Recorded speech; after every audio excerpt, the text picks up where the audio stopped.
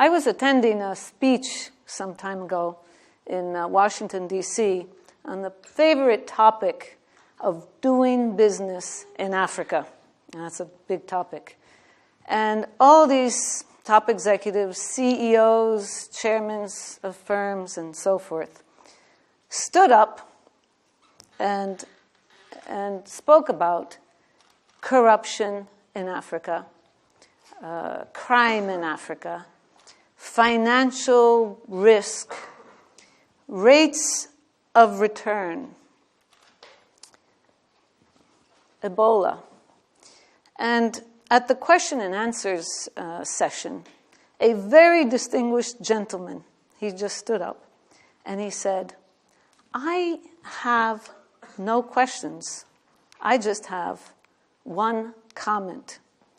And that is, Africa is not Africa. Africa is 54 countries. So everybody sort of stood quiet for just a minute. I later found out that this gentleman was a former prime minister of a West African country. And little did he know that he would also become the inspiration of this TED Talk. Well, I took the prime minister's words to mean that the common understanding of Africa as a singularity, a single continent, or country as some people think it is, with a common people, with a common set of problems, is definitely a very false picture.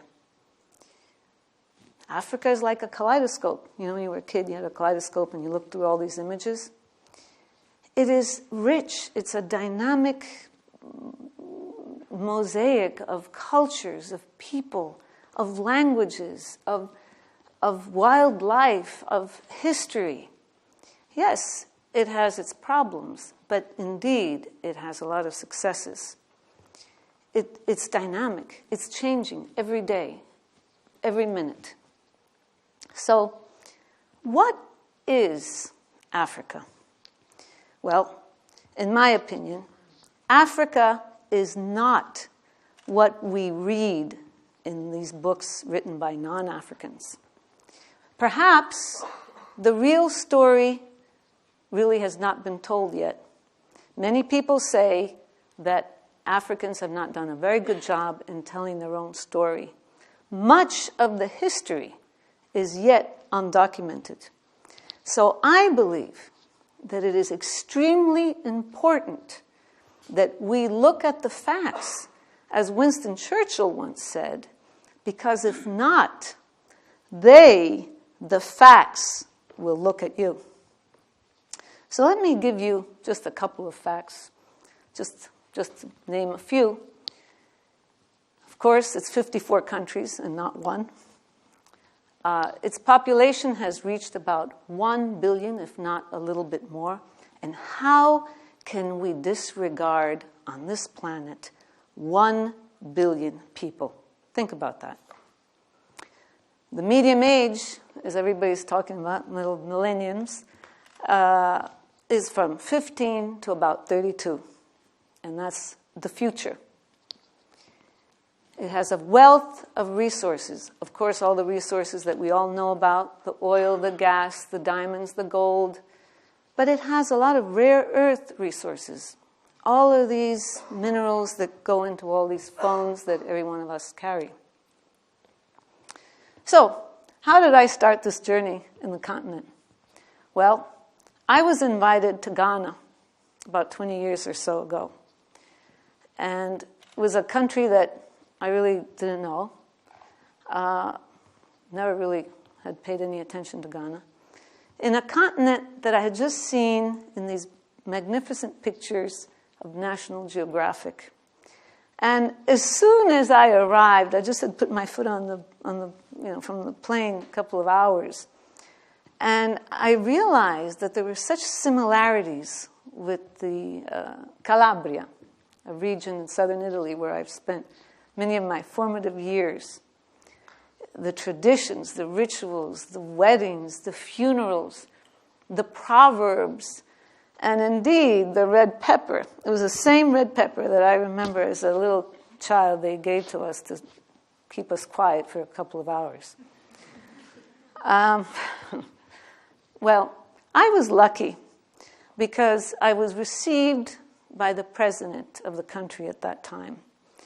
And instantaneously, I was introduced to the facts of life, of Ghana, of West Africa, of the continent, indeed, of the world, through a very Ghanaian perspective. And I was really enthused. I was energized. And as I returned home, I was ready to tell all the investors and my colleagues that, look, the sky is the limit in Ghana, and maybe in West Africa. Maybe we should go further and explore other countries. Soon enough, didn't take a long time, soon enough, people were indifferent. They really almost didn't care. They had a lot of mistrust in what I was saying, except for a couple of my colleagues that I'm still working with today from those days.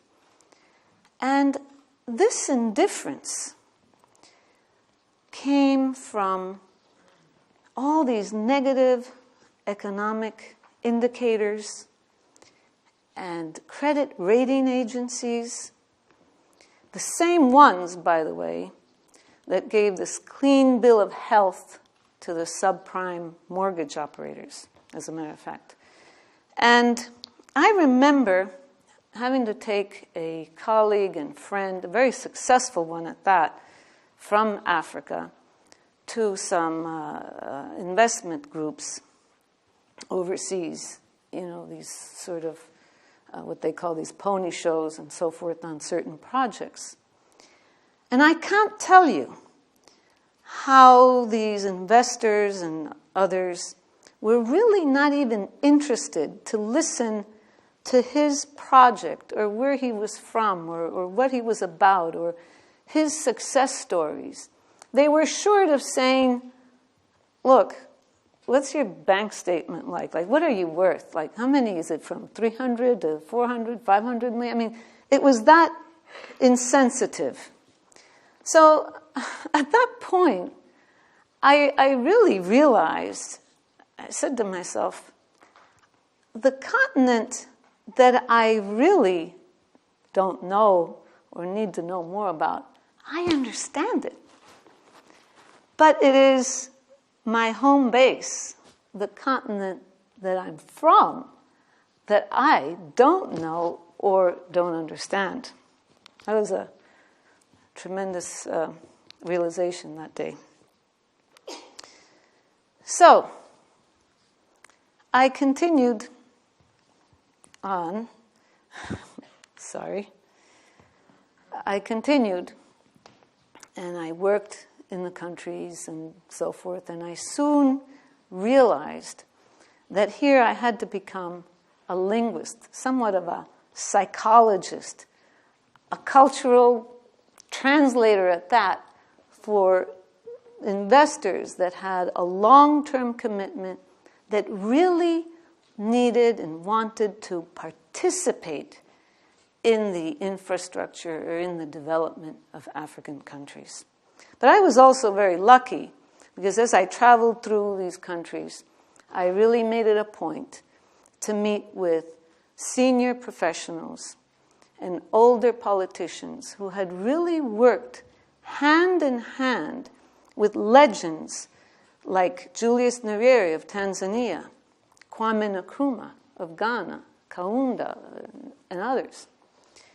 And these were the people that in those days, good, bad, or indifferent with whatever historical issues that there were, formed the policies and the processes that are actually being implemented today, that people like us that go in there, that's what we are working with. And this was a tremendous understanding. As a matter of fact, about a month ago, I was in Namibia, and the great privilege of being in Namibia, and I attended the inaugural of President Hage Geingob, the third president now of Namibia. He was a tremendous leader in the Namibian freedom struggle, and that inaugural coincided with Namibia's 25-year anniversary of independence. I can't tell you how many people attended this event, from current heads of state, former heads of state, African legends. They were all there in sort of an environment like this. It was a celebration. It was like a moment of African current history just right before my eyes. And guess what? Not even, or I didn't see it at least, one international media reporter was there. Not even one. And frankly, I felt that was a bit of a disappointment. But curious as I am, Italian as we all are, Italians are very curious, I just can't stay on the surface in countries. So I not just have, older politicians and heads of state and professionals that I work with, but I have many, many friends in villages, from wise fishermen to market women, and most importantly, to these beautiful children that run through the breaches and that have energized me through the years with their beautiful smiles and pure aspiration to curiosity in things and future. And by doing that, you'd be surprised, I met my best friend, my best companion, my African mutt, Banana, who I dare say that there's any other mutt in the world that has as many frequent flyer miles as she does. And that was a tremendous thing. But let me demystify a couple of perceptions that are going around here that in the last couple of months really bothered me a bit. The first is Ebola.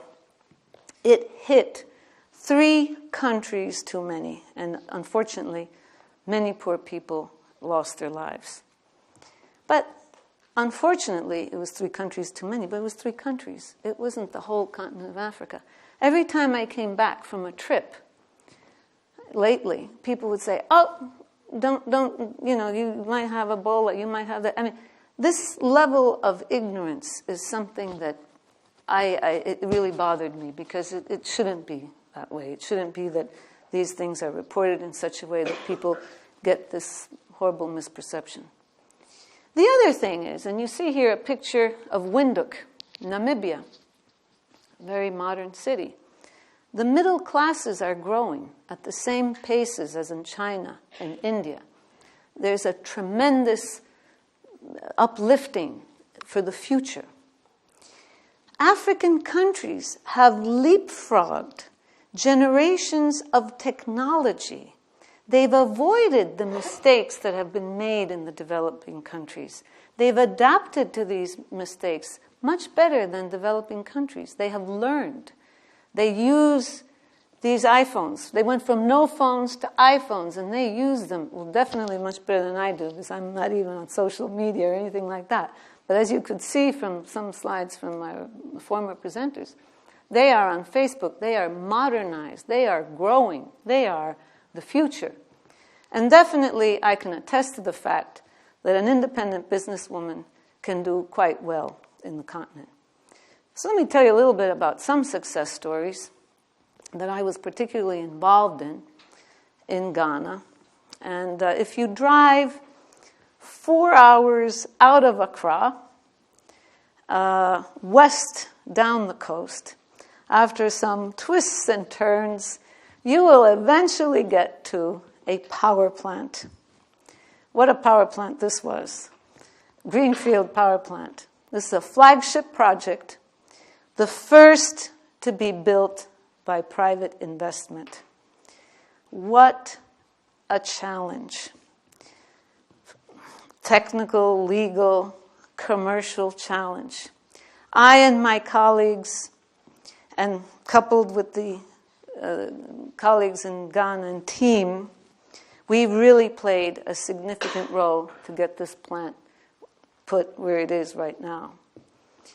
My job was to get all the related parties, bring them to the table, and keep them there. That was my job. It was a terrible job to do. Now, costs were escalating. Investors were getting impatient. They were, making all sorts of noise and so forth. The Ghanaian officials that were involved, and generally in these kinds of high industry projects, you're really generally dealing with government. Now, the government officials were highly skilled professionals. I mean, they really knew their work, but there were few. So they were dragged in thousands of directions, and by this point, the investors are screaming and upset, and of course the London advisors are not cheap. They were not cheap. They still are not cheap. And I can't tell you how these investors manifested their frustration. I mean, it's one day maybe I will be encouraged to go to a screenwriter and have a blockbuster movie on this. If you think that clever negotiating skills, legal, commercial, financial brilliance will pull you through a project like this, no. Not at all. Do not underestimate, when one is working in African countries in general, I can say this in general, the importance of respect. Respecting everyone. Everyone. Doesn't matter who they are, because you don't know who they are. Understanding the social, cultural fabric of that country. Your humility, your perseverance, and definitely hard work and passion. That pulls you through. So, a lot of lessons to be learned. We can talk about those all day long. Most importantly, I think you need good local partners. You need to be able to understand that you have to go the extra mile in many more ways than one. Communication is by phone, so if you don't have a local chip, you're lost. And most importantly, let me leave you with a lesson that I learned some time back. And that is, to everyone, and I guess this just doesn't happen just for the continent of Africa, but everywhere. If you close your eyes to facts, you will learn through accidents. Thank you very much for listening.